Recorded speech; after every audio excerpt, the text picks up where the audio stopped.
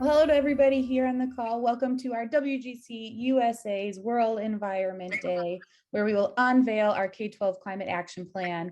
Thank you all so much for taking time out of your Sunday afternoon and also for all of the work that you've been doing up to this point, because ultimately this is a celebration of our 2022 year, but then also us setting up for a continuation for the rest of 2022 onward and upward. I am Lindsay Pockle. I am stepping in as Executive Director of One World. It's been a pleasure getting to know many of you who are on the call, but then also our beautiful and wonderful WGC USA Executive Committee, as well as Joe and Paul over the last couple of months, and hearing about all of the amazing work being done throughout Westchester. So we're going to start by taking a look here at this video. Today, again, is World Environment Day. It's been celebrated since 1973. And this year's theme is, we only have one Earth, so let's take care of it. All right. So this year alone, there's been 5,350 total submissions of events and actions around the world. And we here today are one of that number. Margaret Mead once said, "Never doubt that a small group of thoughtful, committed citizens can change the world. Indeed, it's the only thing that ever has." So our goal here today is to encourage you to join our small group of committed youth.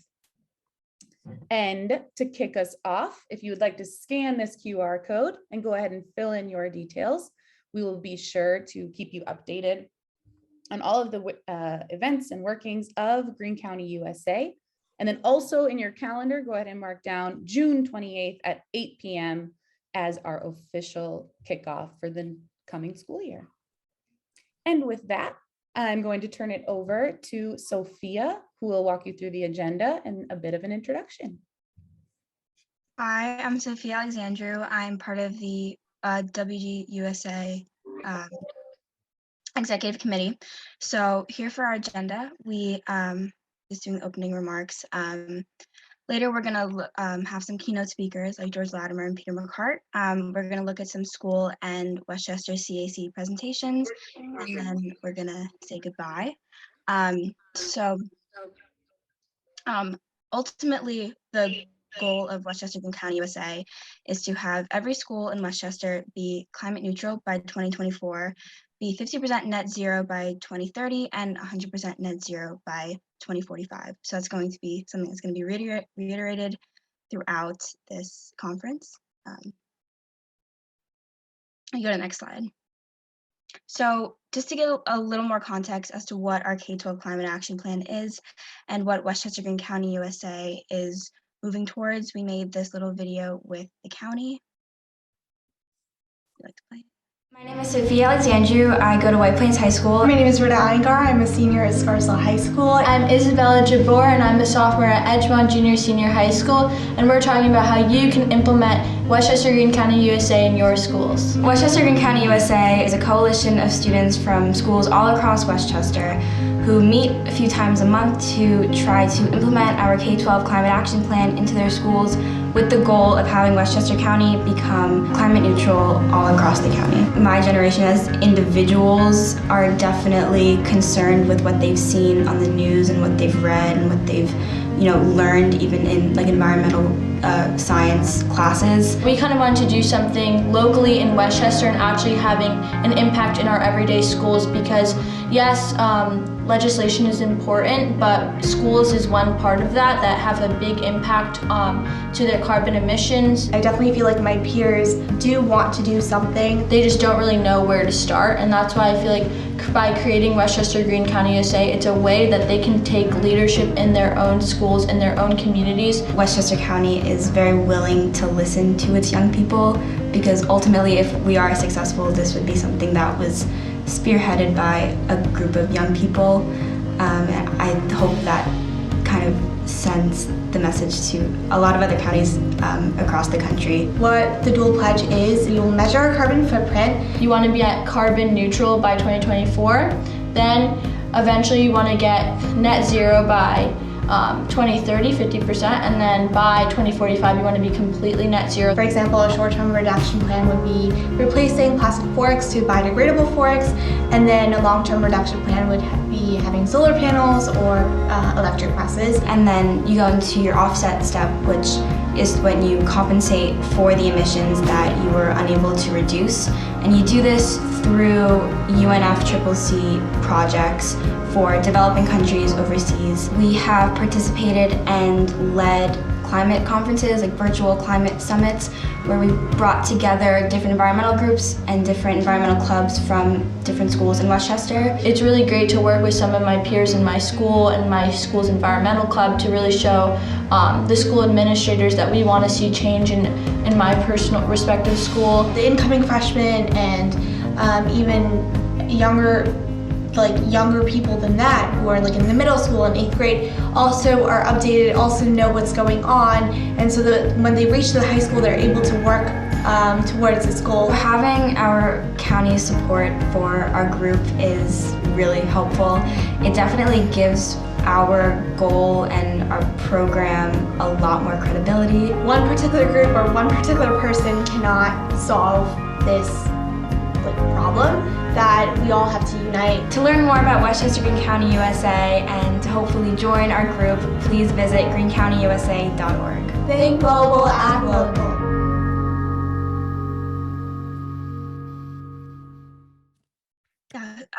So we would just like to give a really big thank you to the Westchester government and specifically County Executive George Latimer and Peter McCart for helping us make that video and helping our goals throughout this whole process. And with that, I would like to introduce County Executive George Latimer. Thank you very much, Sophia.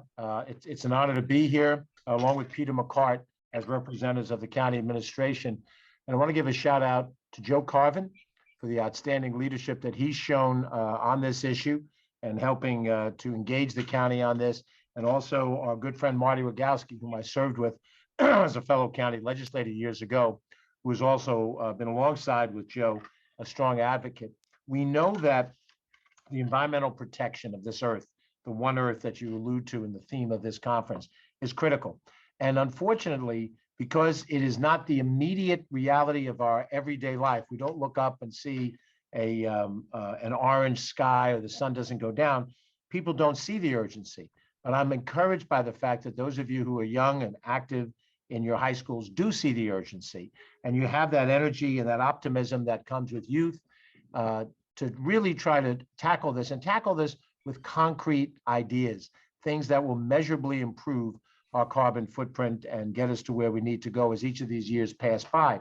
The county government is intending to be a good partner with you in this WGC initiative. We've done some things already. I'm going to let Pete McCart talk about them with the electrification of our bus fleet and solar collection and so forth. But we know we've got a long way to go. We know that we're nowhere near there yet. We're just aspirationally moving in the right direction. But let me just reemphasize before I complete my remarks how much we rely on your vision as young people. This world, as you're going to hear as a cliche, is going to be more your world than it is my world. I have a lot more yesterdays than I have tomorrows. All the tomorrows belong to you. And so the work we do now is in protection of what is today, but even more importantly, what is tomorrow. So again, let me thank this group for its energy, the Joe Carvins, the Marty Rogowskis, and of course, the Peter McCarts of this effort. And I'm confident we're going to make progress that is measurable and significant. Thank you and have a wonderful conference today. Thank you. And then I would also like to introduce Peter McCart, who is the Westchester County Director of Energy and Sustainability. Hello there. Can you hear me okay? Perfect. Okay, I'm here in my car. I'm getting ready to go out and coach my son in soccer. I have a 14-year-old son and a soon-to-be 18-year-old college lady. She's going to University of Vermont, biological studies, and there's a saying, and I'm going to paraphrase to some degree or another.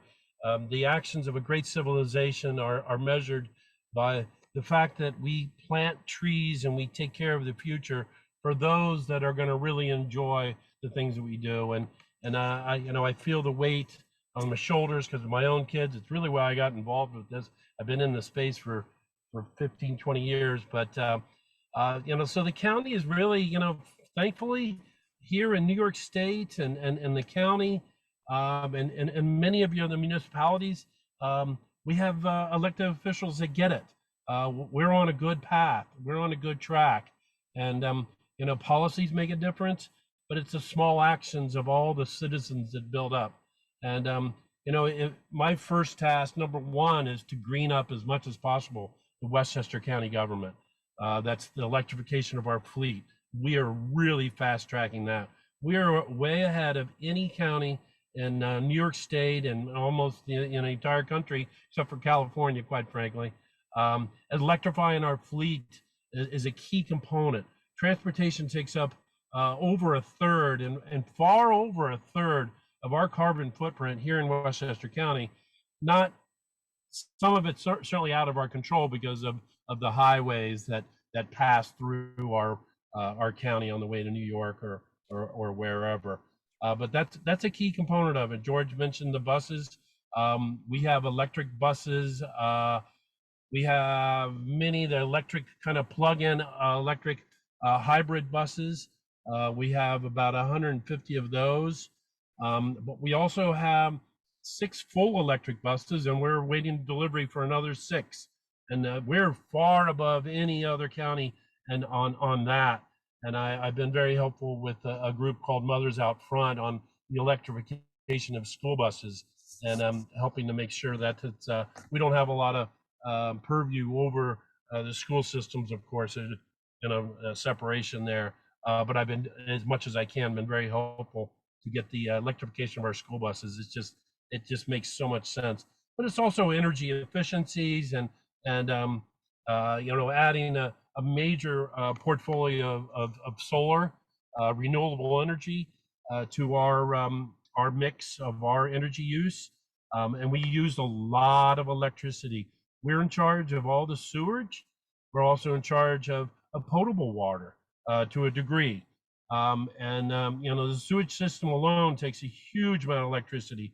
And we're very fortunate that we use New York Power Authority, which is mainly driven by you know, hydroelectricity, and they're also very big movers on the renewable energy, be it solar or wind. And you know, the wind is the future, and I'm super excited about that. I've been very helpful in that. The transmission of that electricity when it is developed, coming off, most of it's off the coast of the Atlantic from Maine all the way down to the Carolinas. And that's going to be the future. It's going to be going on long after George and I and Joe and the rest of us old folk are gone. This is going to be continuous, not an end project. And that's going to be the real holy grail, is that wind power that's going up off the coast. And then it's all the other little things that add up. We have now food scrap recycling program here in Westchester.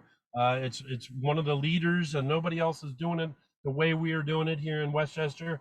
And I can go on, but I just want to say thank you to Joe and Marty for pulling this together, and all the students as well.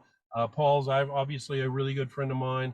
I sit on the board of Sustainable Westchester, and Paul's a major component of that. And I can't thank all of you for everything you do, and keep at it. And there's hope. I have hope in the youth of tomorrow. But thanks again. I really appreciate everything you guys are doing.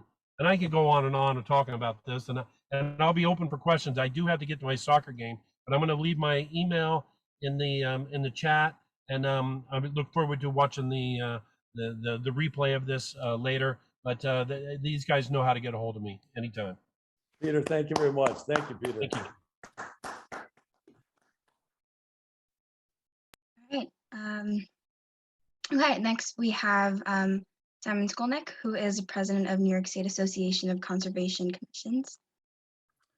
Thank you very much for the introduction. I don't know about Peter or George, but I plan on living forever. So the old cliche about we're doing this for you, I'm doing this for myself, actually. Let me introduce myself.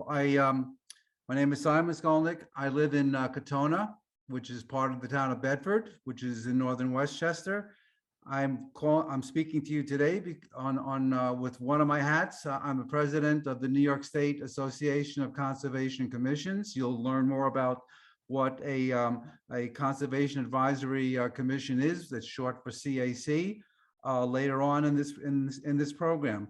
But I just wanted to sort of point out to you how critical Westchester County is in the state of New York. I'm very proud. I'm wearing my New York State bike riding shirt. So this is our state. If you can see me, my picture. Westchester County. There are 63 counties in New York State. If you include the 5 boroughs of New York City, Westchester County. Out of the 215 conservation advisory commissions that are in New York State, Westchester County has 35, which means that they have about 16%, which means that for every 6 conservation advisory council in New York State, one of them is in Westchester County. Westchester County is the center of the CAC movement in New York State. And CACs were established over 50 years ago by New York State legislature, giving the local municipalities, cities, states, and towns the ability to set up a volunteer, local group of citizens, including students, to give basically recommendations on environmental issues in their local municipalities. So the key word that I really want to get across to you today is the word empowerment. And what does empowerment mean? It means basically the ability to influence change. And if you there's many ways to do change. You can be out on the streets with signs, marching and chanting, or you can work within the system. CACs give you that ability to work within the system, and that's the power of a local action, is being involved with your own town, city, or village government, and making those changes that are necessary for us to move forward. We're also very much involved with environmental justice throughout New York State, and that's something that I'm sure will be discussed later on this afternoon. One of the things I'm going to make this short because I know you have a long program, and I stuck myself in here. One of the things that my goal as the president of the, we call ourselves NYSAC, which is the acronym for New York State Association of Conservation Commissions, is to set up a statewide New York State Environmental Youth Summit, modeled after the youth summit that Westchester County had earlier this year. And that's one of the things that I'm going to be working towards for the remaining months of 2022. So it's something that hopefully we can get this thing organized this year, if not early next year.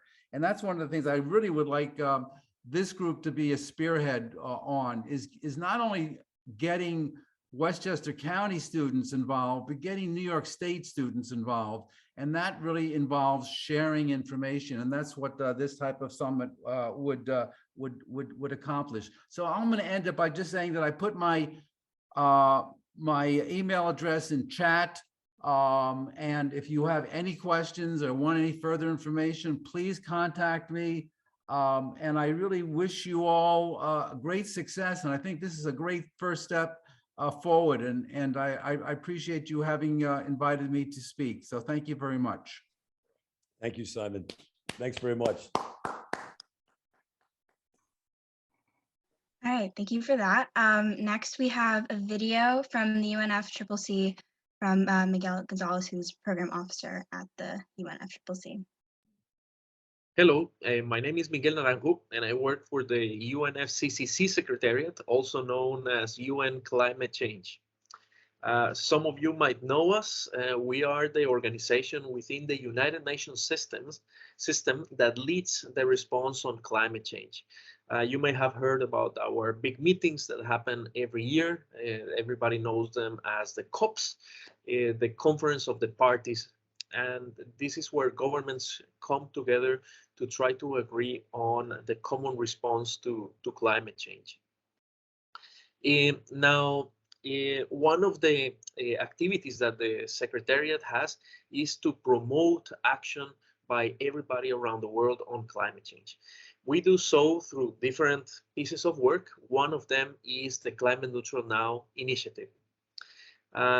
Climate Neutral Now aims to encourage and support all kinds of stakeholders, private sector, academia, NGOs, schools, universities, to contribute to achieving the goals of the Paris Agreement. Through Climate Neutral Now, we invite organizations to calculate their greenhouse gas emissions, also known as the carbon footprint, to act to reduce it, to avoid emissions, and finally, optionally compensate the emissions that they were not able to avoid through the use of carbon credits. Now we have been collaborating with One World for a long time now, and I am pleased to have worked with One World to achieve carbon neutrality status for Portchester School District a couple of years ago. And now we are looking forward to this collaboration to have the Westchester Green County, USA achieve or work to achieve 50% emissions by 2030. Now, this is a tall order for everyone, not just for you. It means a big effort for all of us to try to reduce our emissions by half in 8 years. And to try to achieve net zero by 2050 at the latest. However, I want Isabella, Sofia, and Rida to know that after having watched your video, which Joe Carvin shared with me, and visited your website, I know that you will achieve your goals. I also want to take the opportunity to thank the Westchester County Executive, George Latimer, and Westchester's Director of Energy and Sustainability, Peter Marquardt, I hope I pronounced it correctly, for supporting this program and this collaboration. I'm sorry that I was not able to participate live with you. The time difference has not made it easy, and we are in the middle actually of the next session of climate change negotiations here in Bonn, in Germany, where I am actually supporting. So it was not possible to be with you live. But I really wanted to take the time to send this recorded message to thank Isabella, Sofia, and Rida for the leadership, for demonstrating how this program can be implemented in Westchester schools. I know that the schools do sign up to become carbon neutral by 2024. Westchester County could be the first one to claim to be a carbon neutral green county in the USA. Now, making such claims will always bring questions and sometimes criticism. What matters, and I want to tell you, is that you are completely transparent about what you're doing, how you calculated the emissions that you produced, what you are doing to try to reduce and avoid those emissions, which is very important and can be at some point very tough. And finally, if you decide to compensate to be carbon neutral, how you compensate it. Simply try to do the best that you can and be very transparent about what you did and how. Finally, I want to thank Elmsport, Edgemont, Scarsdale, and White Plains school districts for taking the lead on becoming carbon neutral. Congratulations and many thanks to the educators and everyone for building support to help this happen. To close, I just want to remind the student leaders of a saying attributed to Margaret Mead. And this is actually a tip that Joe sent me. And that is, never doubt that a small group of thoughtful, committed citizens can change the world. Indeed, that's the only thing that ever has. So thank you for your hard work. We are all in this together. You are not alone. From the UNFCCC Secretariat, from the side of my team, we will do as much as we can to support you, guide you in this effort together with One World. So I hope that soon the names of Isabella, Rita, Sofia, and others to be inspired by this collaboration will be together with Greta, Greta Thunberg. So thank you very much. Wishing you success in your efforts and looking forward to working with you. Thank you very much, Miguel. I'm going to use this. We can maybe, they talk about clapping with one hand. I think on World Environment Day, we can clap by going like this: one Earth, only one Earth. Thank you, Miguel. Back to you, Sophia. Sorry. Yeah, it's a great video. Okay. Yeah, definitely gonna think about what he said. Next up, we have the next slide. I think it's your presentation next. No, next up, well, let's work out. We have, yes, some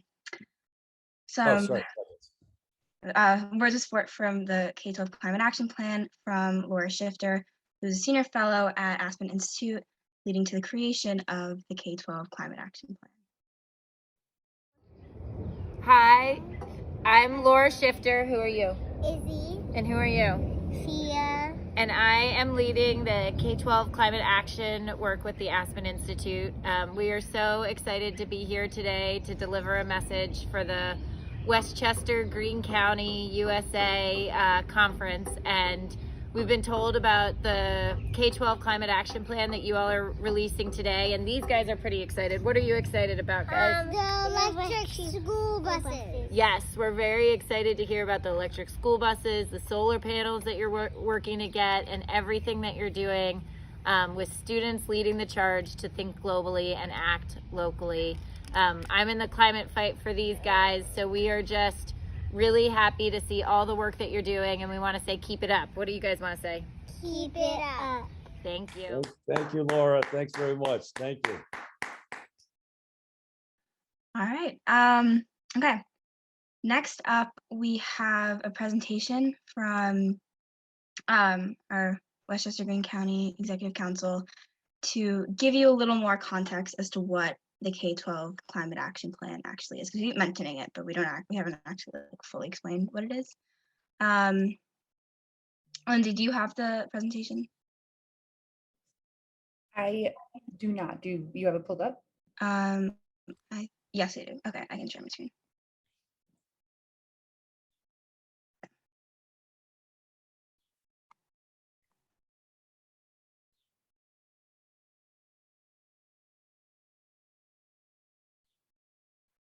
Okay, so yeah, we're gonna talk a little bit about the K-12 Climate Action Plan that Westchester Greene County, USA is trying to implement in schools all across Westchester. Just a little perspective as to what we've been able to do. We've been able to have virtual conferences like this, one back in October and one with the FCWC back in April. We've been able to bring together students from all across Westchester schools in a group fighting against climate change, in addition to several organizations like UN, Let's Go Zero, One World, and we're having schools all across Westchester trying to implement the plan. So the four goals are mitigate, educate, adapt, and advance equity. So the first step, mitigate. This is also known as the Westchester Dual Pledge. There are 3 steps in this in mitigate. The first is to measure. So using a calculator created by the UNFCCC, schools are able to measure their average annual greenhouse gas emissions just to get a starting perspective as to what they need to reduce, what they need to offset. It also gives them a good metric to see like how much progress they've made in reduction.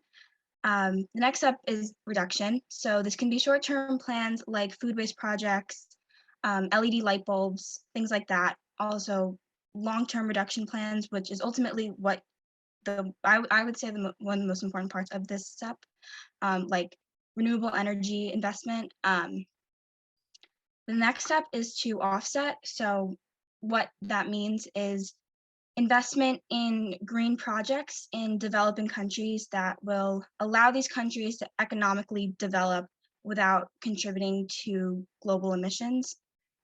offsetting is what will get you to that climate neutral status. Reduction is what will get you to that net zero status, which is our ultimate goal. Our climate neutral goal is more of a short term by 2024 type of thing. So next up, we have Educate. I just want to quickly introduce myself. Hi, I'm Bella, and I'm a part of the executive team.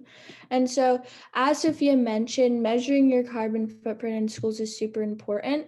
But in addition to that, Westchester Green County, USA really wants to educate the youth of Westchester and those schools to make sure that our students are eco-literate, eco-collaborative, and eco-engaged throughout New York State. So the first part of that is really understanding the nature and scope of climate change and why it is such a problem, but to kind of take it to the next level by introducing how we can really act upon that and solve that challenge. And so we're really trying to first connect Westchester environmental clubs. So every school has an environmental club, or at least is going to. And so why not connect all those environmental clubs throughout Westchester to share these activities, ideas, and best practices that they're implementing.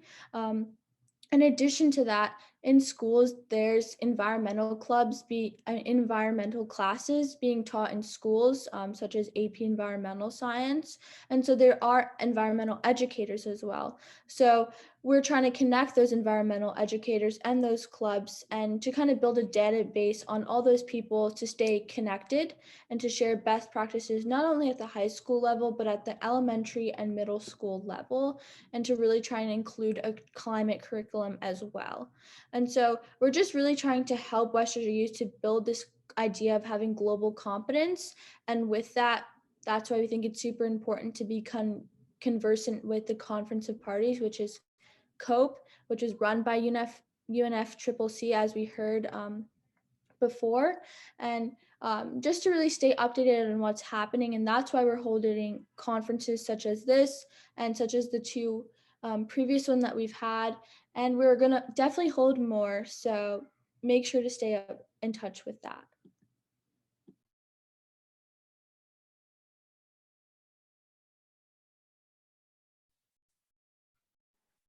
Rita, you're muted.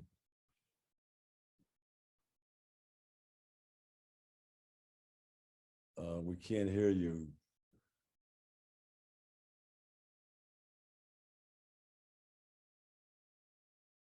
Do you want to call me on my phone, Rita, and do it that way, or do you want to have somebody else take this slide? Let me see here.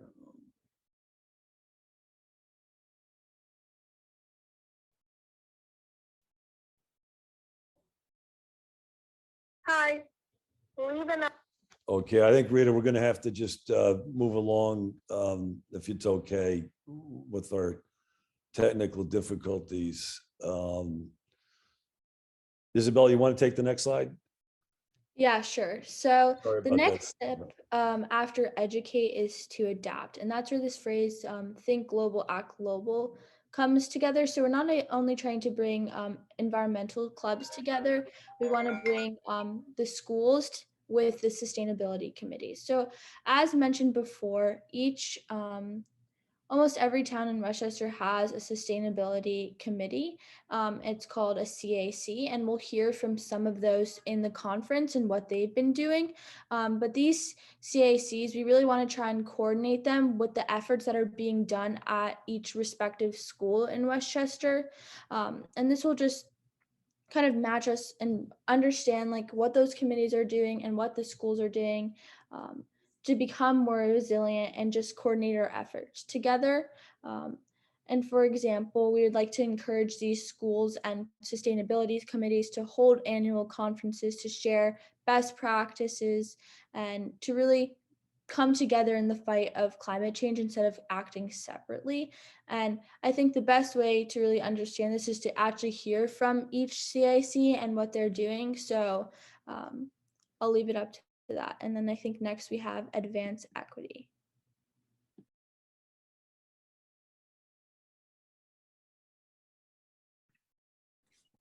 Did you want me to jump in for the advanced equity? I was gonna, oh, sorry, I didn't know. Okay, hi, my name is Juliet.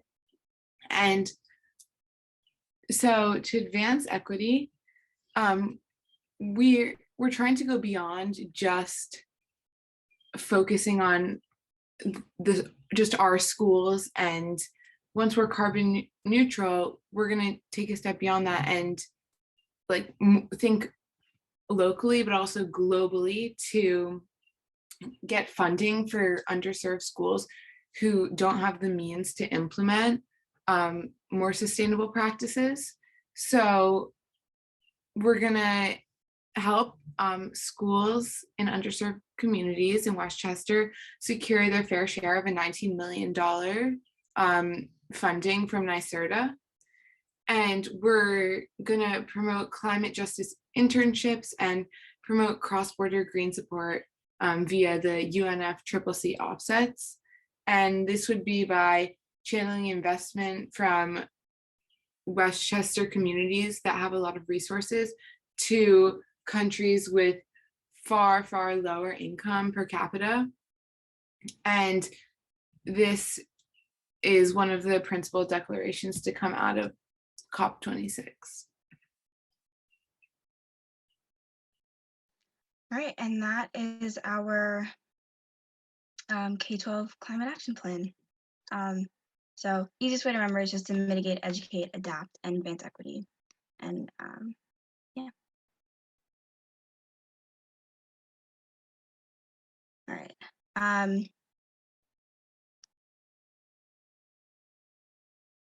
Okay, next up, we have some words from Riley Loveland, who's a senior project manager at New Buildings Institute. Do you guys want me to share my screen? Yeah, sure. Okay? It's whatever is up to you. Yep. I got it. We're ready to roll. All right. That was such a perfect segue with the discussion of the money coming from NYSERDA. So I'll talk a little bit about that, but hello, everyone. I'm so happy to be here with you today on Sunday and seeing all these students and parents. You just never know what to expect on a weekend. And I just love that this is the highlight of your weekend because it's the highlight of mine. My name is Riley Loveland. I'm a senior project manager with an organization called New Buildings Institute. I'm actually located in Portland, Oregon on the other side of the country, but I work nationally and I do a ton of work in New York. So I'm very familiar with your like geological or landscape, geographical landscape, and everything under the sun. So I'm going to talk to you guys a little bit about, so I said New Buildings Institute. We actually work in, I heard a lot of mention of carbon neutrality. So we work in the built environment focused on carbon neutrality and research, policy, market transformation. I'm the schools lead, so like schools is all I do. I'm here to just focus on transforming schools to carbon neutral. And just for a little bit of background, this isn't as interesting as the other stuff, but NBI has been working in zero energy and carbon neutrality for a long time. We publish a list every couple of years of zero energy and carbon neutral buildings. And we just have done a ton of research, and especially in schools. So you'll see that schools are really leading this transformation to zero energy, which is awesome. And in New York, you'll see that multifamily is leading, but education is just right behind. And I think you're right on the cusp of taking over too. But we do have a couple of resources around schools and various zero energy and carbon neutral buildings in New York if you're interested. I'll put a bunch of links later. Also, I love that there's another Riley on this call. Your face just popped up and it's awesome. I don't know if I've been on another call with another Riley. Also, one thing to note, you'll hear me say zero energy and zero carbon, and I'll kind of use those interchangeably, but the root thing here to know is that when I use those, I'm talking about really energy efficient buildings. They focus on healthy buildings. Zero energy buildings are all about how much you're using only as much energy as you can procure. So from solar panels or whatever that might look like, but that does include maybe your energy is coming from gas and electricity, whereas carbon neutral means that the energy that you're using is actually carbon neutral. So it's zero emissions or emission free. So they're all electric, super energy efficient, and really healthy. And so there's some other words in here, but just know that I will kind of use those interchangeably. You probably just heard me doing that, but it's okay. We're really focused on that ultimate like carbon neutral goal. So I'll kind of switch more over to that because I mean, I feel like I don't have to tell this crew this very much, but climate change is happening. It's caused in large part by the emissions from our human activities like agriculture, cars, factories, but buildings are really contributing most of that. I mean, 40% is crazy. I should have pulled in the New York number here, but I mean, the ultimate thing here is that our buildings and our school buildings contribute a lot to this too. So we need to reduce our emissions ASAP. They say 2030. I feel like it's more like 2023, and that schools really play this special role in driving down your emissions. Specifically because we use a lot of natural gas in our school facilities, and natural gas are huge carbon emitters. Not all schools look like this on the inside, but some do. The little boilers on the left. We always have a teacher that jokes that that's where they put children that are misbehaving. That's not true, I promise. But you know, you see it also in kitchens. It's all over schools. So that's a big focus for us, is to focus on gas use in school facilities. Oops, too far. I went too far. There we go. Excellent. Sorry, I get a little excited and then I hit the wrong button. So one solution here, and I know that you guys know this because I just heard it, the carbon neutral schools are a solution because of all the things. It just gives us these really healthy, productive environments with student and staff health and productivity. I mean, there's a ton of stats out there. I'll put something in the chat after this. It's our little key messaging document that has all the stats on like how much healthier these buildings are and how much more productive. I mean, just being in like a room with windows or a room with like a quiet air system. There's tons of educational benefits. We're seeing lower operating costs all across the nation, and they can provide resilient communities because these buildings are just healthier. They're there, you know, in a storm. I know a lot of people in New York have seen some really tough storms over the last few years, and our schools can be our sort of central hub for that, especially if they're carbon neutral and they're able to sort of exist on their own. And a lot of times when I say carbon neutral schools, people think I'm talking about this, but what we know here is that I mean a building like this. This is actually in Staten Island, New York. This is a New York City school. This is the Kathleen Grimm School. It actually has the wrong thing on the left side, so I apologize. It's the one on the right side, the Kathleen Grimm School in New York City. So this is a real functioning school. It's been going on a few years and has really started the movement in not just New York City, but beyond in the whole state too. And that's in an urban environment. I mean, look at all that solar in an urban environment. It can be done. One thing I should say too, because one of the big questions I always get is like, well, that sounds expensive. It looks like that first building I showed you, but there's been a lot of research and data showing that these buildings are actually, especially if it's a new construction, they can cost less. It does get trickier in a, we call them a modernization or a retrofit, but basically like an upgrade to an existing building. They can be more expensive in that case sometimes, but if you plan them correctly, they may not be. And then we really like to look at the life cycle of the building. So like, even if the upfront costs are a little bit more, the costs on the maintenance and operations and the utilities is so much lower that the buildings pay themselves off, which is really cool. So I'll also give you all these resources if you want to spend your next Sunday reading through all of these. They're not very dense, I promise, they're great. But you know, I mentioned that you want to be smart about how you plan for these buildings. So we use this program or this phrase called getting to zero over time, which means that when you want to get to a carbon neutral school or a zero energy school, you do it with this long-term strategic approach. So you can use anything in your school, any opportunity. It could be something like, you know, your roof is getting replaced, or your light bulbs need to be replaced, or your HVAC system goes out. It can also be like your school board turns over, or you have a new teacher. You can use that to find, you know, someone that's an ally to help you move your goals forward.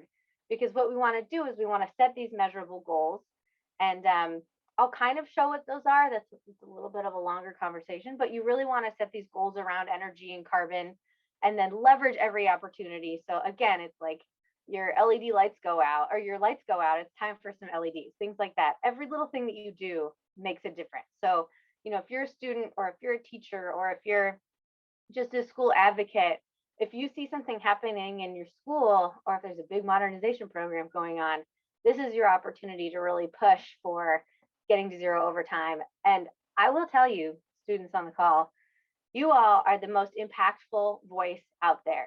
In Portland Public Schools, where I live, it was an entirely student-led effort that got us this amazing climate resiliency policy. So your voice is very important, and be that little, that resounding voice that pushes through. So this is just kind of a visual representation of the kind of goals I was talking about, where if we're shooting for this carbon neutral school building portfolio, so that means that it's all of the buildings in your school district, or maybe all of the buildings in your county, whatever you want to think about. So you can do it at your school building. You can say, my school is a carbon neutral school. We're trying to make our school a carbon neutral school, but then we want our whole district to be carbon neutral. And that's actually a really good approach, because like sometimes one of your schools might not be quite going towards, you know, carbon neutral as fast, but you might be able to help kind of with more energy production, or you might be able to get towards your goals a little bit faster if you start taking into consideration other buildings in that school district. So some of the goals I put here are like reducing your energy consumptions by 40% by 2030, or 80% by 2040, and all those little flags in there, the new construction, the major modernization, those are your kind of like, those are your points, your big points to make a big impact in your school. These are just some of the kind of key approaches, because what I'm going to talk about next is a guide that we prepared so that you guys can take this, take it to your district administrators, whoever you want to take it to, so that you can develop these roadmaps to carbon neutral. So a roadmap, as you can see here, here's our little road. We're mapping all the way to carbon neutral by 2045, is just a plan so that you can implement and get to that carbon neutral goal. So if you're in an individual school or a district, this is kind of some of your key approaches to get to a decarbonized, there's another word, carbon neutral or decarbonized portfolio. Engaging your stakeholders and your champions. Our champions are all in this virtual room right now. Assessing your building stock. So just understanding what your buildings look like. Are they using a lot of energy? Are they not using that much energy? Is there a ton of gas being used? I once met a school that, no joke, was using wood heat in one of their outbuildings. So like, you never know. And then setting these like really absolute goals. So we like to call these goals energy use intensity goals. So you're setting it based on how much energy you use on a year, and put that into all of your documents. You're like, we want you guys to help pass resolutions in districts towards carbon neutrality. And then so that when, you know, a building life cycle event comes up, that modernization, the new construction, you have something to point back to and say, remember, board, you adopted these goals, so we need to make sure that gets incorporated every time something comes up. And then continuing to engage all of your occupants. It says educate students here. You are the students, so make sure that your facility managers or whoever there is continually being brought into the conversation, and that they're bringing you into the conversation. And then just like setting goals, it's really important to track and report on all of your progress. So show people what you've done. If you reduced your energy use by 50% or 10%, 5%, it's all great. So tracking and reporting that and like shouting your successes is arguably the most fun part of this, and it's the part that people love the most. So what we put together at NBI is this whole toolbox of resources. The kind of focal point of it is this guide, so that you can use this guide to help develop your roadmap to get to carbon neutrality. But then within this guide, we have a bunch of other stuff. We have a series of templates that you can use, like to help set that resolution, to help set that goals, checklists, all sorts of good stuff. So I'll put a link to that in the chat too for you. It's, you know, I could spend like 2 hours just talking about what's in there, but just know that that's a great place to start, because I heard you guys mention this earlier, that NYSERDA, of course, has this program opportunity notice out to help financially support underserved schools. And so we helped write the actual like this program opportunity notice with NYSERDA. And so track 1, the planning, you can actually get funding to help evaluate and develop these roadmaps for carbon neutrality. And then you can also get funding for installation. So if you like have a plan about what you want to do in your school, you can get funding to put, you know, solar panels or other energy efficiency related effort or systems on your school. And it's all existing public school buildings that are designated as high need or disadvantaged. And I believe technically if the district is not considered disadvantaged on a whole, if the individual buildings in that district are, those buildings can still qualify, which is pretty cool. So it's pretty flexible. And so we're here to, my last slide here is that we can help you pull together some of the language around submitting for this program opportunity notice. And as the students, educators, people interested in this, when you're doing this, if you're interested in developing these roadmaps to carbon neutral for your district or your building or whatever that looks like, you really also want to consider who your biggest allies are in your district who can support this and discuss with them and, let me know how I can help. And I think that's all I have today. So there's my email. This was great. I'm super excited that I tapped into this. Thanks for inviting me, Joe. This was wonderful. Riley, thank you very much. That's wonderful. Thanks for coming on such short notice. You've been very kind, and we're gonna be looking forward to working with you on a number of fronts. That's very kind. Thanks so much, Riley. Thank you again. Thank you so much for that presentation. We are going to be moving on to school spotlights. So we're going to start out with White Plains High School, which is the school that I go to. Lindsay, if you go to the next slide, please. Okay, so as of today, like this Sorry, morning. I apologize. Lindsay, any way you can make the slide bigger? It's a little tough to read. No, okay. Okay, pretty much as of this morning, White Plains High School was able to become the first school to complete all steps of the mitigation process, which is pretty exciting. So I'm going to go through how we've been able to implement the K-12 Climate Action Plan in White Plains High School. So back in December, we measured our carbon footprint and we found about 543 metric tons of greenhouse gas emissions. This was done by our building operations person, Frank Stefanelli, who's been incredibly helpful throughout this whole process. Again, in December of 2021, we were able to achieve 100% climate neutrality through our investment in the UNFCCC project called 2.5 MW rice husk-based cogeneration plant at Hanneman Agro Industries Limited. This was really cool because we were able to get our environmental club Advocates for the Earth involved in the decision in investing in this project. And that project allowed us to become 100% climate neutral, which is really exciting. And we just got news of a reduction plan, again, created by Frank Stefanelli, our building operations person. This includes things like investment in renewable energy, food waste projects, and increasing student awareness, which is all very exciting. In terms of education, Westchester Green County, USA was able to do some presentations in front of Advocates for the Earth to explain to them what the K-12 Climate Action Plan was and explain to them what Westchester Green County, USA was and how they can get involved. And again, they were involved in the offset decisions, as I mentioned before, and adapt. Advocates for the Earth has been able to work with members of the White Plains Sustainability Committee, who we'll be hearing from in a bit. And also they've had some conversations with our mayor, Tom Roach, and they have been very involved in more government conversations in White Plains. So yeah. Also from White Plains High School, we have two members, Lily and Rasha, who are our presidents of Advocates for the Earth, to give a little idea of what they've been able to do this year and their plans for next year. Hello, I'm Rasha. I'm a senior from White Plains High School. I'm one of the co-presidents. Rod, do you have the presentation? Do you want to share that, or Lindsay, do you have it? I think it's in the, yeah, sorry. I'm the other president, Lily Kishore, and I am a junior at White Plains High School.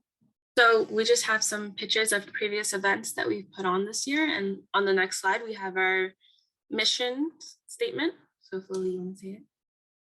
Yeah, so our mission is to serve and educate. You can read the slide. But we did a lot this year. Next slide. So we first organized a hike to sort of get some of our members out into nature, and to, something that people don't necessarily do without being prompted. I know a lot of people who wouldn't go out on a hike if it wasn't organized. Essentially, we just wanted to do that to kick off the school year. So on the next slide, we have another event that we did. We did a upcycled fashion show. So we reached out to local thrift stores to showcase their clothing to promote sustainable fashion and sustainable shopping. So we had many students volunteer throughout, such as modeling. You see the Bollywood dancers, the step team, doing some of the performances. And it was a very successful event, and very fun to do. And we just basically wanted to take a stand against fast fashion. Next slide, please. So we also organized the Bronx River cleanup. So around Earth Day, one of our members' father is works with like White Plains Parks, which tries to keep the parks clean. And she was able to help us set up this program where we were able to go to the river, Bronx River, and just pick up some trash. And the Bronx River Parkway is next to a very busy road. So it was specifically a great location because there was trash everywhere. And we picked up around 12 garbage bags full of trash, which for our group, I think was pretty successful. And there was like trash scattered around everywhere. We found actually really cool items. So next slide, please. Some of our collaboration presenters that we had this year was One World, which Sophia mentioned was able to help our school go carbon net neutral. I got to talk to the mayor of White Plains and work with Tree Plenish to hopefully next year have an event to offset our paper wastage. So essentially White Plains High School uses around 4 million sheets of paper. So we would have to plant around 12,000 tree samplings to offset that paper wastage. So meeting with the mayor, we had to figure out how we're going to run this event. And we also had We Future Recycle talk about wastewater systems and recycling to educate our club about, recycling programs. And also, as Sophia mentioned, I also got to talk to Jeremiah, which I think is on the Zoom right now, about adding a youth member to the sustainable committee. And this isn't here, but we were also able to work with Frank Zavanelli and our school and our budget, our school board to help pass solar panels in our school that will be implemented because our budget was passed. We helped pass the budget. And we also held fundraisers where we sold handmade pens. Next slide. So here are plans for next year. So we want to not only improve our recycling program at the high school, but also in the city. We also want to install sensory faucets instead of manual ones, which I feel like is a big issue. We also want to collab with other clubs at the school, such as the gardening clubs, to have a bigger and well-maintained school garden, which we can get more students aware about just the environment and taking care of your surroundings and nature. Doing more cleanups and hikes, and educating the elementary school on environmental issues, because I feel like starting young really helps teach future generations about how to be sustainable, and educating about environmental racism and how we can combat it. So we have a lot of our accomplishments that we didn't mention today on our Instagram. And if you want to keep up with our work or collaborate with us, we'd be glad. You can just reach out, and this is our Instagram. Yes, feel free to DM us any collaborations or any questions, comments, and hopefully we can set something up in the future. Thank you so much. Thank you very much. Great work. Thank you. Thank you, White Plains. Thank you. All right, great. Thank you for that. Okay. And next up, our last presenter from White Plains, we have Jeremiah Freeperson from the White Plains Sustainability Committee. Thank you so much. And I want to thank everyone who made this happen. And, you know, one thing that's abundantly clear to me is we're in a planet where there are serious environmental crises, and these are problems that my generation and older generation are passing down to the younger generation. And I'm sorry for that, but I'm inspired to see the great work that White Plains High School is doing, and that Rasha and Lily are doing. Just to talk about some of that work that's inspired me. When you talk about how you all organized a Bronx River cleanup, the Sustainability Committee was also in touch with you, and we organized the cleanup of the Greenway. So it's synergies. And I want to say, we're working on getting all of White Plains to be carbon neutral, and we're not there yet. You are ahead of us in the high school, but offsetting paper waste is exactly how we can make a better environment, which is why I can't announce it yet, but I very much hope we're able to add a youth member to the Sustainability Committee, because the fight for a better world really does belong to you all. As a committee, we also do things like organizing cleanups. We worked really hard to bring composting into White Plains. We support Mayor Roach's tremendous work, where he's always putting up solar panels and working to be at the forefront of environmental leadership. And so it's the biggest challenge, in my view, facing the planet, and I'm honored to do it, and I'm inspired to see the next generation is going to do it better. So thank you so much. Thank you for participating. Thank you very much. You're very kind. Thank you for your work. Yeah, thank you so much. Okay. Next, we have some words from the Scarsdale School District. So Rita, I think, is going to come to us via, I'm Irish, so I call this our Irish connection. So Rita, do you want to say a couple words, and we'll turn it over to Juliet? Are you guys going to jointly do this? Yeah. Sounds good. All right. Hi, all. Sorry for the technical difficulties. I'm Rita, and I'm part of the executive committee along with Sophia and Bella. Today, Juliet, a member of the Student Leadership Council, and I will be presenting our work regarding WGC.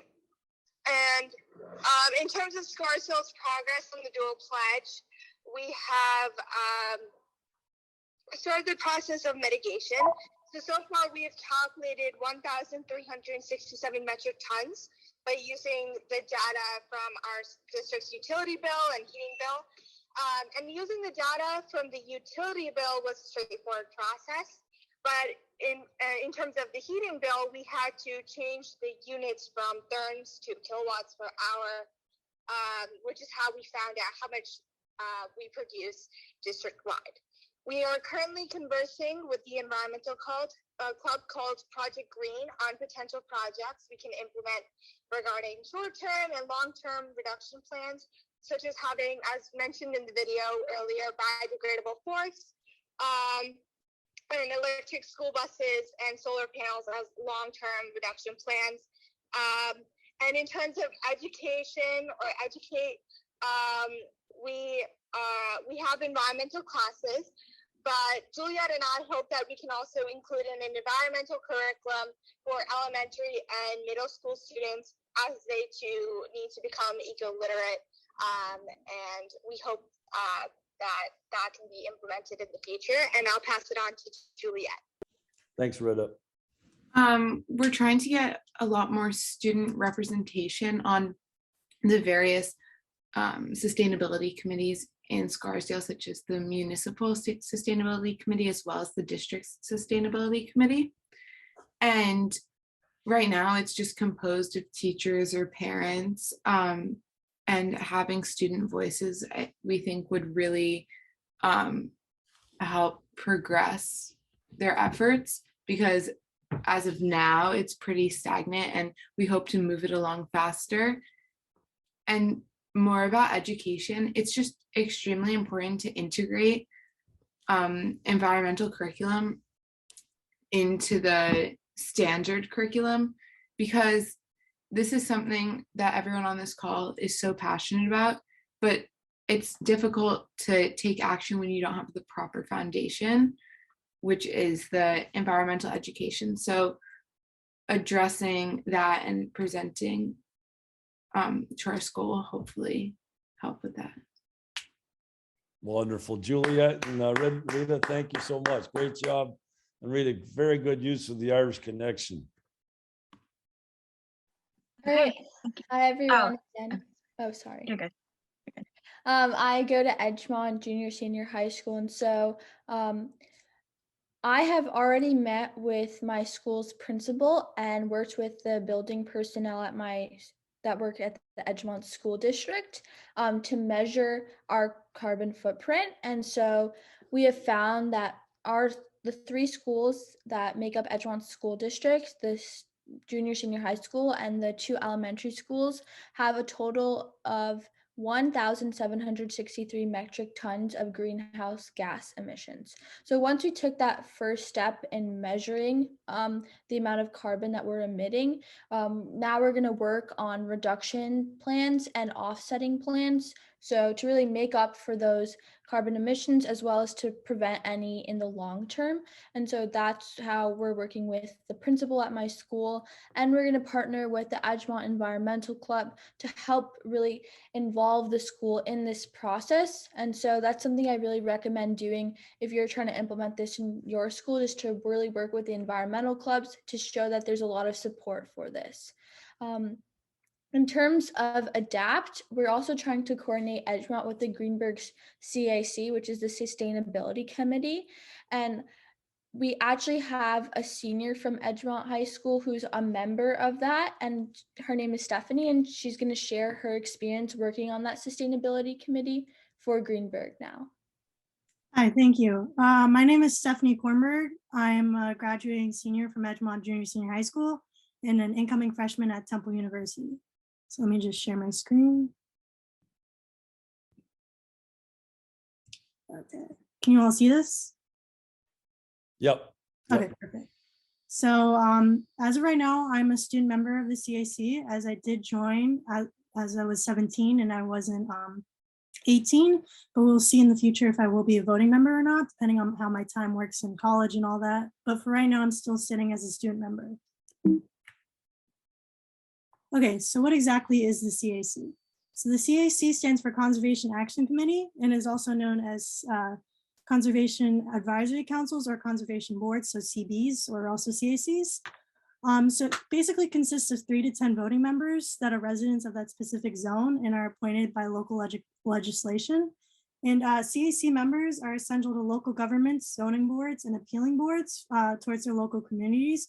They work via community to community, and they talk to many residents and local residents. And Paul Feiner, the town supervisor, and they talk to the town board a lot of the time to connect with each other.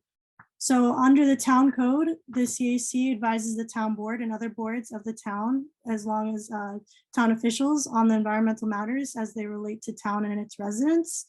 And the CAC also reports on proposed major land use and projects on various environmental issues. So here's some projects I've worked with the CAC specifically on. So it all kind of started with a 10th grade health project on composting that we were required to do. And I presented that to the town of Greenberg and Paul Feiner at a town board meeting. And from then I was introduced to Terry and Mike, the 2 presidents of the CAC for Greenberg, and they proposed that I be a student member. So a lot of these projects I've worked specifically on. I mean, there's many greater projects that the CAC has worked on throughout the years, but as of right now, I've been on the CAC for 2 years, and some projects I've worked on was the invasive species in Greenberg. So I basically got, I created a whole report on a lot of the local invasive species that we can find within our backyards in the town of Greenberg or within Westchester County. And I kind of created it for the CAC to put out on blast so everyone could see it. We worked on the new tree law in Greenberg. So basically you have to get different reports on the trees in Greenberg and before cutting them down, and you have to get approval from the town to cut down a tree before you're allowed to even cut down a tree. One current one that we're working on is the leaf blower laws in Greenberg. So the current leaf blower law is that any leaf blowers are allowed, but if we were to indicate the leaf blower law that would be in Greenberg that they're proposing, basically it would mean that you could not have gas leaf blowers, or it wouldn't be able to make as much noise. You would do electric or other types. And I know that's faced challenges within the community, as some disagree with this and some agree with it. So we're still working on the approval and working on whether it's a great idea or whether it's not a great idea. We've also worked on the Knollwood Country Club site and what they're going to do with that site as well. And as well as the Odell House restoration that you could find in Hartsdale. And I specifically worked on food waste in Greenberg and contacted the different high schools and different school districts about what they could do with the food waste that they have and how they could give it out or donate it to people in Greenberg. And just many local community issues regarding zoning or environment, and as well as composting in Greenberg. So my experience with the CAC, basically we meet every second and fourth Thursday every month via Zoom as of right now. I did meet once in person, but then COVID kind of ruined that. So we've been working on Zoom ever since. It overall is a great learning experience. I've learned a lot about local government and the environment that I wouldn't have thought of. Honestly, I joined the CAC not knowing what it kind of was, and it opened my eyes to much more with local government. I'm going to be a political science major in college, so this is a very great, it was a very great opportunity for me to open the eyes for my major to kind of understand what it is.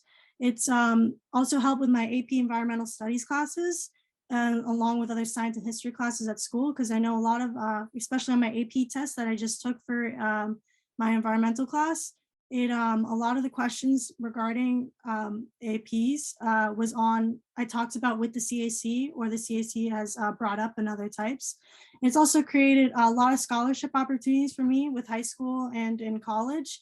I know for the College Board and all that, a lot of colleges reached out to me specifically because I worked with the CAC. So it was a great opportunity for me to get a lot of scholarships and more basically help from that. And it overall is just a great experience to learn from. I really connected with the people of the CAC, and it kind of helps me understand with like what's going on in the town and the local governments. Cause I know like my mom was trying to cut down a tree in our backyard that was rotting, and she was like, oh, why can't we just cut it down? And then I'm like, oh, I remember, because we did this thing with the CAC where you had to, you have to get allowance from the town to cut down a tree. And she says, oh, you know what, that's actually a smart idea, so people don't just cut down trees. So it's kind of one of those things where you can connect both life and what you're doing in the CAC. So it's kind of great. And here are my sources. Stephanie, thank you very much. Thank you very much for joining us today. Very kind of you to share your experience. Thank you very much. Thanks. Okay. Next we have Bayan from Salesian. Can I share my screen? Yep. Yeah. Okay.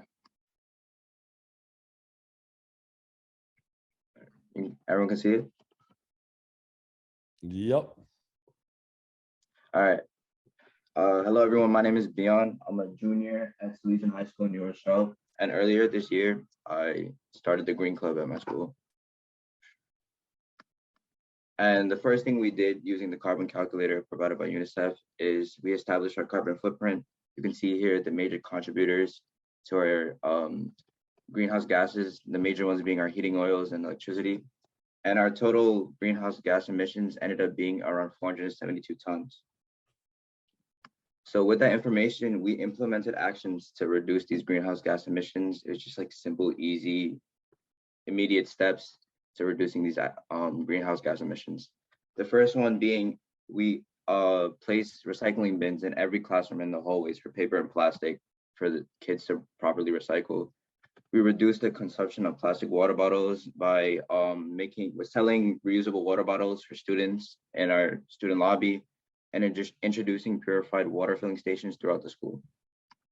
We also reduced the paper by promoting a digitalized movement where we encourage teachers to use Google Classroom and digitalizing in-class quizzes, exams, homeworks whenever possible. And we've also taken initial steps to installing solar panels for our main building. And lastly, we've gathered a bunch of people from our school and we restored our greenhouse in the back of our school and we planted many vegetables, fruits, and herbs.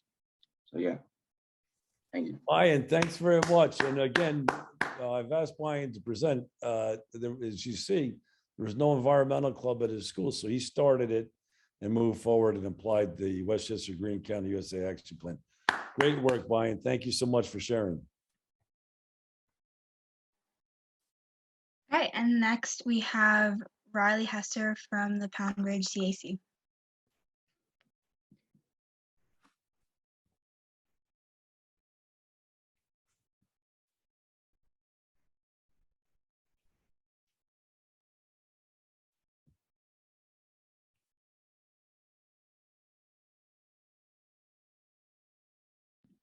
Riley, you're muted, but we can see your screen.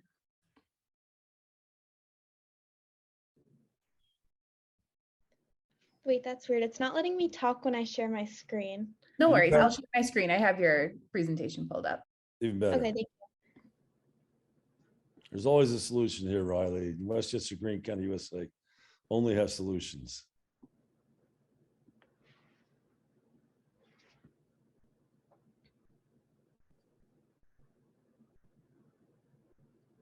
So my name is Riley Hester. I'm a junior at Fox Lane High School, and I'm an associate member of the Pound Ridge Conservation Board. And I'm going to be talking about youth involvement in climate action committees. Next slide. So municipal climate action committees are committees in town that typically have around 10 voting members, but there can also be associate members, which is what I am. And they advise the town in projects and matters affecting the environment and provide information and guidance to residents, town officials, and others regarding the environment. And their overall goal is to promote the wise, long-term, and sustainable use of our natural resources. Next slide. So how to get involved. A lot of people, especially kids, don't know about the climate action committees in their town. So if you're looking to find out what boards or committees are available in your town, reach out to town supervisors because they have all the information. And you can also, if you do know someone on a committee, you can reach out to them and ask to sit in on a meeting. Especially with Zoom, it's really easy to sit in and just see what goes on at these meetings. And then you can ask to meet with certain members just to learn more about what goes on at the CACs. Next slide. So how I got involved, I wanted to start a recycling project in my town. So I reached out to the town supervisor asking who could help me and guide me with this project. And then I was connected to the chair of the Pound Ridge Conservation Board, and she let me sit in on the meetings. So I met with her individually and sat in on the meetings for around 3 months. And I thought that all of the work that they were doing was really, really interesting. So I had a really good experience and I was asked to join as a junior associate member. And I now became an associate member of the Conservation Board for the past 3 years. Next slide. So I attend the monthly meetings and I'm going to talk a little bit more about what I do. Next slide. So I've learned a lot about how a municipal board functions and the amount of time that goes into planning events and actually creating change in your community. A lot about public speaking and how to reach out to stakeholders and community leaders in your town. Next. And more specifically what I do. So I'm not a voting member of the board, but I attend the monthly meetings and I discuss the town projects and I update the board with my recycling project and give advice and learn about all of the other recycling, just like town events and ideas for events. And I think that having a youth perspective on this board can be really helpful. And I've noticed that's what the members of the CAC have told me, and we've discussed that. And I also help with the publicity and getting the information from the Conservation Board out to my high school and different younger community groups. And then I also volunteer at events that the CAC runs, such specifically like the Conservation Matters Fair and the Repair Cafe. And because of my experience on the CIC and what I do, I've been able to participate in a lot of state and county-wide events sharing my experience. So I was a speaker at the NYSERDA Community Conference, New York State Climate Leadership and Protection Act, and many more. And the position on the CIC is extremely flexible, so you can kind of just get involved in what you are interested in. And from talking to different people, you really get to customize the experience. And if you want to work on a specific thing, a lot of the people are really flexible with you. Next slide. So why is it important to get involved? I mentioned this earlier, but the CICs want younger people to get involved and have a voice in their community. And it's an extremely valuable learning experience. You get support with projects that you want to carry out, and also opportunities to participate in other amazing things and projects that are going on. And something that's important to note is that even if the board doesn't have a clear position for you, you can always reach out and talk about adding a youth position on boards. Before I reached out, the Pound Ridge Conservation Board didn't have any youth members, but they were willing to create a position for me, which was really great. And I'm sure other boards would be willing to as well. Thank you. Wonderful. Wow, 2 Rileys, that's fantastic. Thank you so much, Riley 1 and 2. Rasha, is Jenna still with us? Did she want to briefly present on Sunshine? Or did she leave? She's more than welcome to do it now because that was our last presenter. She's not here. I could give like a little brief. Why don't you give a brief overview? Yep. Okay. So I'm one of the youth coordinators for Sunrise Westchester, and essentially what we've been doing all year long is youth climate action demands. So what it says in those youth climate action demands is essentially what you guys are trying to do. So a climate emergency declaration, municipality climate action plan. We also want New York State climate smart communities and clean energy communities, and junior associate member of municipality boards. So we've already met with Jeremiah to see if that can get in the works. And essentially, we've just been doing that, meeting with different mayors of different towns. And there was a rally in White Plains that the mayor of White Plains also attended. And we've just been lobbying and phone banking to many different legislators to get things passed. So we've been doing a lot of work throughout advocating and rallying and lobbying and all that kind of stuff. So we always are looking for new members to join, especially because a lot of us are seniors. So hopefully you guys, if you're interested, to join that. Fantastic. Thanks very much. And I think there's a number of terrific sustainability climate change organizations in Westchester, Sunshine, FCWC, who ran our April 2nd conference, Westchester, Greene County, USA, the environmental clubs, the CACs. And clearly, there's a need to coordinate all these different actions. And what I like is I think there's different lanes. Sunshine's primarily advocacy. Here we have a clear-cut, measurable action, climate action plan, where we, ultimately it's an action-oriented plan. And I think that there's nice overlap. I think we're coming to the close. Sophia, maybe go to the back of the presentation. Let me turn it back to you. Thank you for sharing, Rasha. Yes, thank you. Okay. Just to reiterate, the K-12 Climate Action Plan, mitigate, these are the goals we want: climate neutral in all schools by 2024, 50% net zero by 2030, and 100% net zero by 2045. With educate, we want to increase eco-literacy throughout Westchester County. Adapt, again, this is our Think Global, Act Local. This is just creating connections throughout Westchester schools and in every CAC in Westchester, and advancing equity throughout Westchester through grant funding and UNFCCC offsets. So as we said in the beginning, our official start for Westchester, Greene County, USA is going to be June 28th at 8 p.m. If you are interested, please use this QR code to register.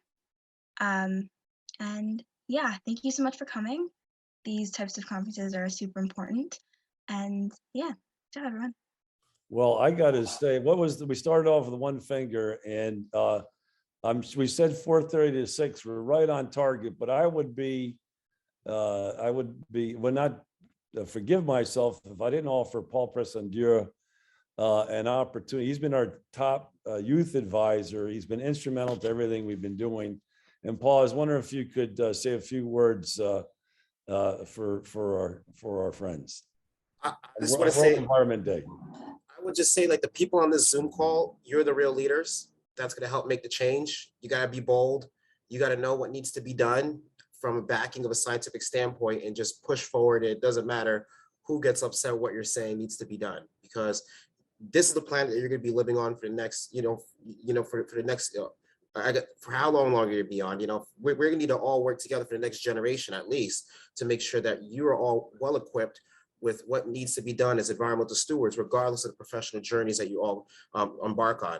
I remember when I met with Joe and we were talking about Green County USA engagement. It was after I just became an ambassador for the United Nations Foundation for Climate Action. And I'm like, Joe, I'm speaking on all these panels and I'm talking to all these ministers, but there's no action, It's just really revisiting the conversation of what's happening without closing the loop on what actually needs to be done on a level that transcends the historical economic barriers. And this is what Green County USA is doing. Not only are you providing a resource for young people to get involved, you're also equipping them with the transparency of how to make that difference on an economic level. So you school administrators listen to you, and everything that's being done, it's going to be a movement that's going to actually take over the state of New York, because we know that if there's a general municipal law here in New York State, 239 subsection 3, that allows people that are 16 years old to be on a conservation advisory committee legally by New York State. You need to get this information to Greta Thunberg somehow, because you have people that are cutting class every Friday to protest inside of their municipal governments for youth equity in climate decisions. So just keep up the great work. You're leading the charge. And, I'm not going to say it's going to get easier from here, but we're all going to be so much stronger. And that's what's important. Thank you, Paul, for all you do. Thank you, ladies. It's absolutely fantastic. I think we could just get one planet, one Earth, right? And maybe give a wave goodbye. Lindsay, any final thoughts? Thank you very much. Thomas, thanks very much, everybody. Great work, ladies. I think I got Greta, Rita, Isabella, Sophia, and Juliet. We got some new famous stars in addition to at least 2 Rileys, Stephanie, Arasha, and a whole bunch. Brian, I'm glad to see that the young men are not completely. And Thomas, I'm glad you're representing the young men as well. Thank you very much, everybody.